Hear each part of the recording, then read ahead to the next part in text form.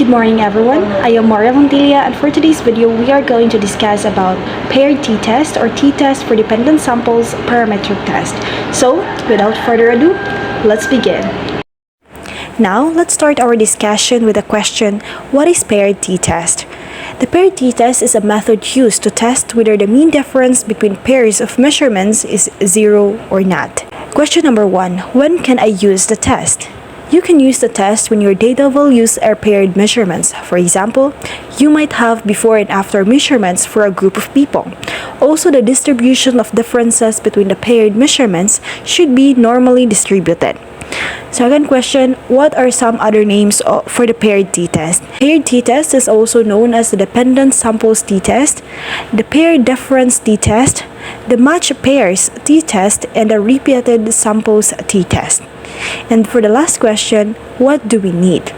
In solving paired t-test, what are the things we need? So, for the paired t-test, we need two variables. One variable defines the pairs for the observation. The second variable is a measurement. Sometimes we already have the paired differences for the measurement variable. Other times we have to separate variables for before and after measurements for each pair and need to calculate the differences. In Visaya, para mas madali masabdan, ang paired t-test usa sa testing method nga gamiton to test whether ang naabay diferensya sa duha ka pairs of measurement, whether it is 0 or not equal to 0. So, unsa man sila gamit ang paired t-test? So, for example, nag-conduct ka og research all about teaching method. So, bali, before ka mag-teach or before ka mag-discuss sa ka-topic, mag-conduct ka og pre-test. And also, mag-discuss na ka sa topic pag human mo kanak sa pre-test. Then after nimo ma-discuss ang topic, mag-conduct na pud ka og post-test. So unsa may gamit ana ang pre-test o post-test? So kanang pre-test o post-test, muna say pinaka-importante nga butang to determine kung effective ba ang imong teaching method nga gigamit. So, kitahay ang score nimo sa pre-test is sa first student na ay 10, then sunod 5 na pud, and so on, taman sa 10 ka students. Sa samples nimo 10 kitahay nga students imong sample, so mo na imuhang i-determine. So by using the paired t-test, makompute nimo or mahibaw-an nimo kung effective ba ang teaching method nga imuhang gigamit base sa results or base sa data from the pre-test and post-test. So mo na gamit sa paired t-test. So at this juncture, let us proceed on discussing about the formula or the very known or popular formula or the easiest formula of the paired t-test. So the formula of the paired t-test is defined as the sum of the differences of each pair divided by the square root of n times the sum of the differences squared minus the sum of the squared differences overall n minus 1, where summation of d is the sum of the differences. However, rest assured kay, as we go through aning nga discussion, iapil na og discuss ang other formulas in solving or in computing paired t-test. So first, ari ta magsugod sa sayon. So sa example 1, natay given nga pre-module score o post-module score. So siguro, before i-discuss ang module, nag-exam sila una. Then, pag human nag-discuss sa module, nag-exam na sila og balik. So, na 20 ka students. So, para dali na nato ma-solve, gamitan nato og table. So, na naman tayo given nga student, pre-module score o post-module score. So, muna atong una nga ibutang sa first 3 columns sa atong table. Next, kuhaan nato ang difference. Nga, atong gi-assignan og variable nga d. So, pagkuha sa difference, ato ang i-minus ang post-test or atong minusan ang post-test score sa pre-test score. So, 22 minus 18, so 4. Aning gibutangan og positive og negative considering nga naay ubang estudyante nga gamay ilang score sa post-test kaysa sa ilang pre-test, which is tinuod pod kay di man jud nato masiguro bitaw nga. Di man jud nato mag-expect pero di jud nato 100% sure nga ang post-test dapat og score ka sa pre-test kay di man parehag utok ang mga estudyante, di ba? Or di man pud di pa nato matansya or di pa nato ma-predict nga kanang estudyante kahibaw dyan sa topic kay nahuman na og discuss, di ba? So muna ang usapod ka side when it comes to the result of the or the score of pre-module test or post-module test. So, para mas madali lang sabta ang gibatang sa pre-test score, pero para yun na sa pre-module score. So, na sang gi-minus, ang post-test gi-minusan sa pre-test. And, so, sa first nga, 22 minus 18, so, positive 4. And so, as 25 minus 21, positive 4. And so on, hangtod niabot ko sa student number 20, nga ang isang post-test, score niya sa kay 16, ang isang pre-test score is 17. So, pag minus na or ang ilang difference, negative 1. So, pagkahuman ha og minus naman na sila tanan, ahang gikuha ang total nila tanan. So, ang total nila tanan, kitawag na sa og summation of D, which is equals to 41. Sunod, para mas dali gihapon nato ma-solve, mag-substitute na lang taon sa atang buhaton is kuhaon nato ang squared or ang squared sa D or D squared. So, ang buhaton nato ang D o ang atong difference ato sang is squared. So, sa atong first difference nato positive 4. So, positive 4 squared, so positive 16. And also take note nga, kung mag-square tag numbers, bisag negative na siya, ang result sa dizaan na is positive. Since ang negative times negative is equals to positive na ang sign. So, muna nga, sa ato ang D squared, positive sila tanan.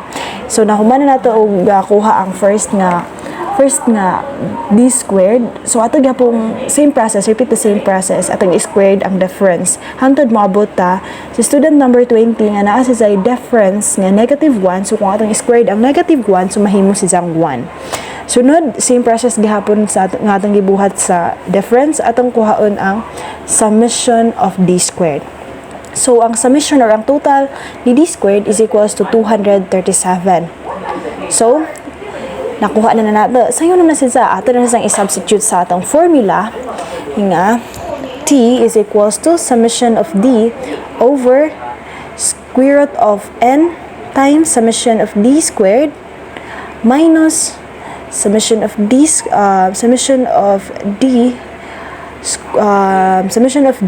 squared, quantity na siya kay ang summation of D gisud sa og parentheses then usa pa sa squared over N minus 1. So sa atong summation of D na atay 41, then sa N, since ang atong N kay total number of student man, so 20, so atong i-substitute ang 20 sa N, then also nakuha naman nato atong summation of D squared, which is 237. So, substitute nato minus, nakuha naman nato ato ang summation of D. So, 41. Kay, naman sa formula nga, squared siya, so atong squared. Then, ato na siyang all over, or divide ato na sila tanan ni N minus 1. So, atong N kay 20, minus nato og 1, so mo na ang i-divide nato. So, dito na ta, 41, then square root sa square root ang 20 times 237 mahimo na siyang 4,740 minusan na to og squared sa 41 which is 1,681 all over or divide na to na og 19 since 20 minus 1 is equals to 19. So pagkahuman mo gamay na pud atong equation.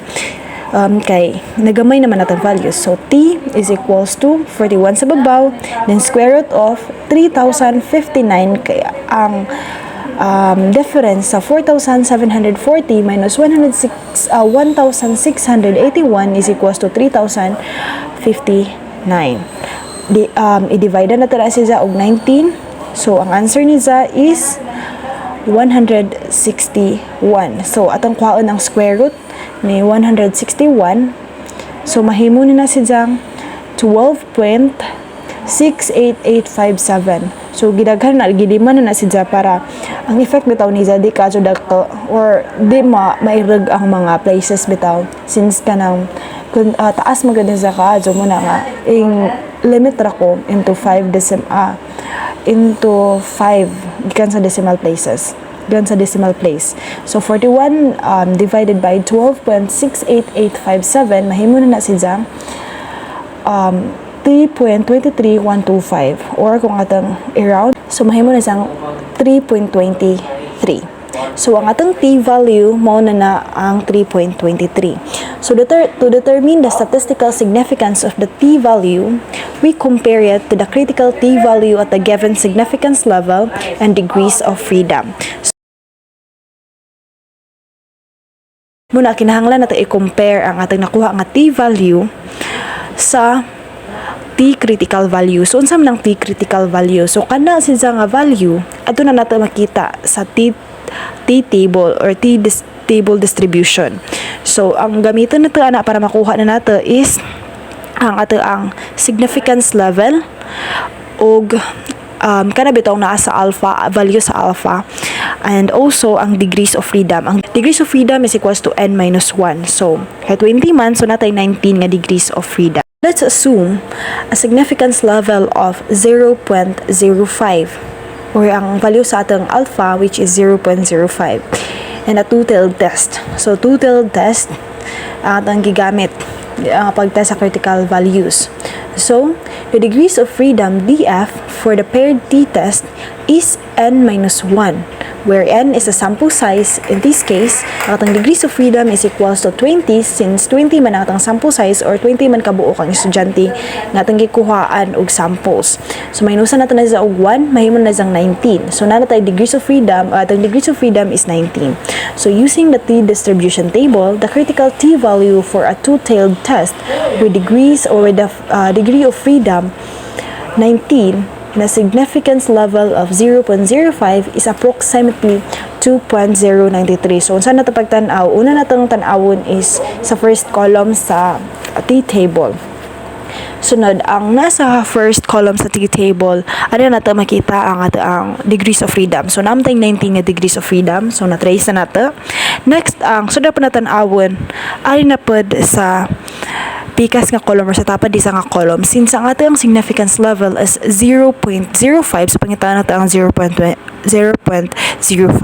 Then ato na siyang pangitaon ang ilang intersection sa degrees of freedom, since 19 man, then ang atong significance level is 0.05. So ang intersection nila is 2.093. So mao na ang t-critical value. So unsa may atong sunod nga buhaton? Since nakuha naman nato ang atong t-value nga 3.23, then nakuha na pud nato ang critical t-value nga 2.093. So atong buhaton is atong i-compare sila. So since the calculated t-value 3.23 is greater than the critical t-value 2.093, we can conclude that there is a significance difference before and after scores at a significance level of 0.05. So kay nakahibaw naman ta pagkuha sa t-test gamit ang formula number 1, so ari na pud ta sa formula number 2. So naka-complicate ani ang formula number 2 isang pagkuha sa standard deviation kay ngano isa-isahan man gid nimo ang difference kada student or kada sample, then after na i-add mo tanan nilang mga differences, then mauna ang standard deviation muna ang imong dividean sa number of samples or kung pila sila kabuok. So pero di man pa sila super listed basta maminaw raman ka. So sa example number 2, exam scores for each student. So sa exam number 1 o sa exam number 2 din ang ilahang difference. So same sa process sa atong gibuhat sa formula number 1, atong kuhaon ang difference kada student. Sa exam 1 o sa score niya sa exam 1 o sa exam 2. So i-minus nato ang exam 2 nga i-minusan nato ang exam 2 nga score sa exam 1 nga score. After ana humantag minus, para dali nato ma-solve ang t-value gamit ang second formula. So atong kuhaon una ang mga values need sa mga variable nga gigamit nato sa formula.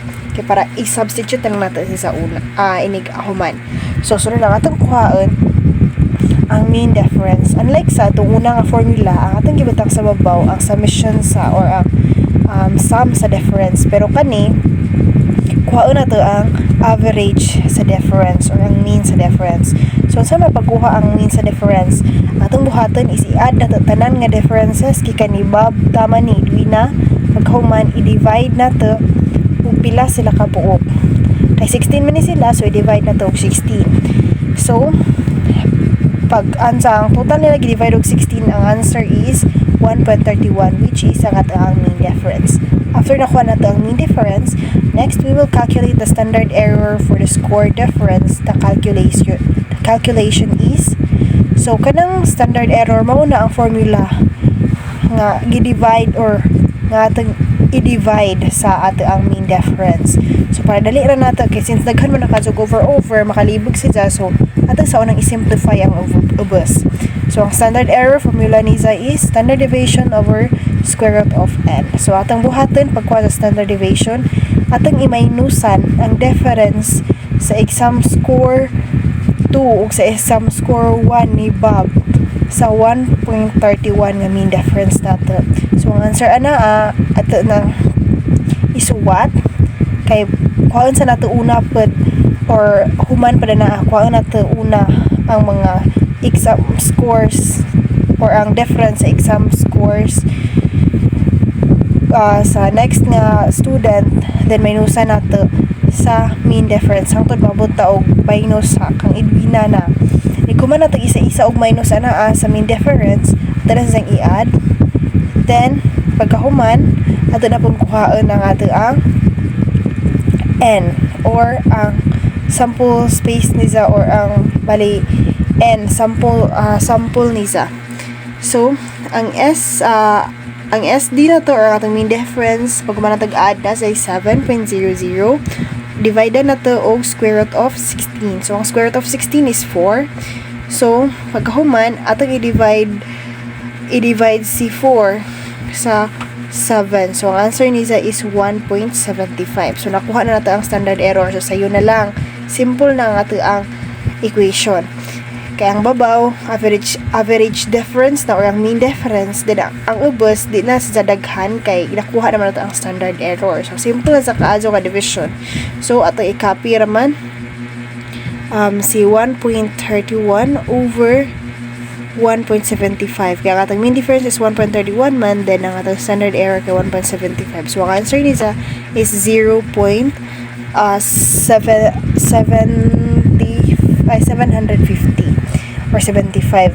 Pwede man sa cancel out. So, sunod natang buhatan. To make our decision, we compare the test statistics to a value from the t-distribution. This activity involves 4 steps. We decide on the risk we are willing to take for declaring a difference when there is not a difference.